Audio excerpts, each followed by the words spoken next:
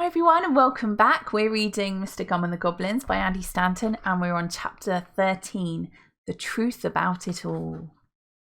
See, laughed Terry, I'm not Captain Ankles at all. These fins and spikes and claws and things, they're not real. They're just costumes. But why did you behave so bad and pretend to be goblins? Asked Polly in confusion. I'm ashamed to say it's because we were horrible naughty children, said Caroline, stepping forward with a red face. We didn't like going to school one little bit. And one afternoon, the teachers made us be in a pathetic school play called 300 Goblins Standing Around Doing Nothing, said Alex, who used to be the goblin known as Big Steve. Only we didn't want to, continued a tall girl called Vicky, previously Soup Dog. So we ran away to Goblin Mountain, stealing our costumes, said Eric, Yak Triangle. And we ran amok and lived like savages, and we acted so wild that eventually we forgot we'd ever been children at all, confessed Brian, Whippy.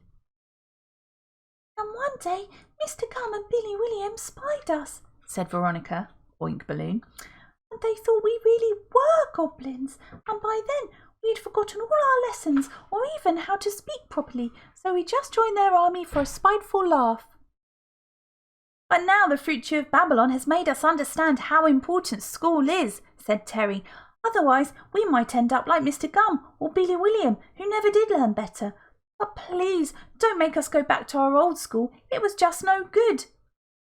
Children, said Alan Taylor, who had been listening carefully, which school were you at?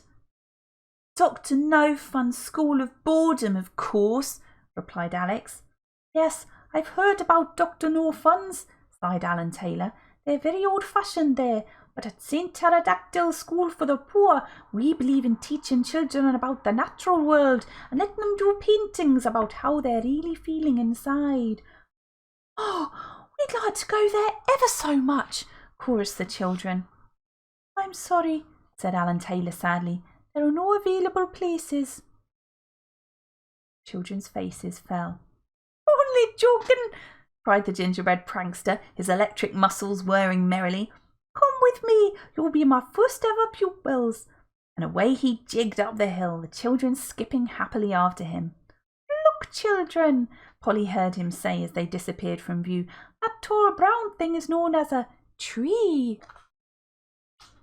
After that, everyone congratulated everyone else and all the townsfolk were full of joy and merriment. Well, nearly all of them. You were going to put me in that machine, weren't you? Said Jonathan Ripples, tapping Martin Laundrette on the shoulder with a chubby finger. Yes, I was, admitted Martin Laundrette, trying to look ashamed. But, now the future of Babylon has taught me the error of my ways. Forget it, Skinny, said Jonathan Ripples sternly. You are so getting sat on. Everything's back to normal, smiled Polly, looking on as Martin Laundrette was squashed into oblivion. But hold on, what about Mr. Gum and Billy? Don't you worry about them, said Friday, tapping his nose. I left them at Boaster's Hill. They promised to wait for me to come back with something to tie them up. And look, he said proudly, I've just bought a nice strong rope. Why, Polly, whatever's wrong? Them two scruffers done tricked you, said Polly, shaking her head sadly.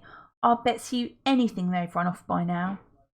Nonsense, said Friday confidently. They'll still be there. After all, Mr. Gum and Billy William are very trustworthy men. They...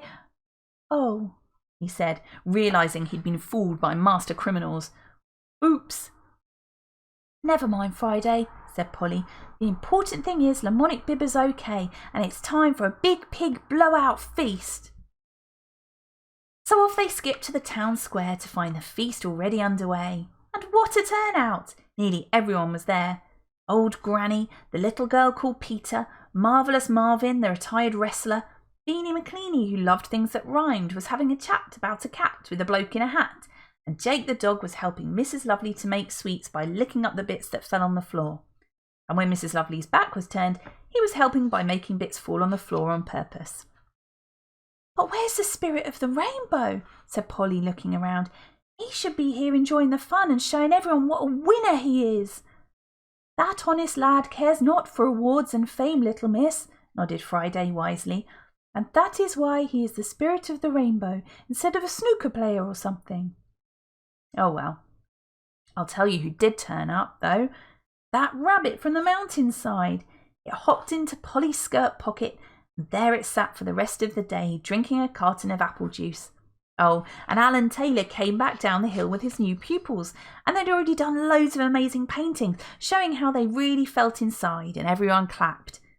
Good work, children, said Alan Taylor, and he rewarded them all with tiny gold stars and 10 bonus Alan points each. And from Polly's skirt pocket, the rabbit watched the whole happy affair. All's well that ends well, its bright green eyes seemed to say. This is nice apple juice.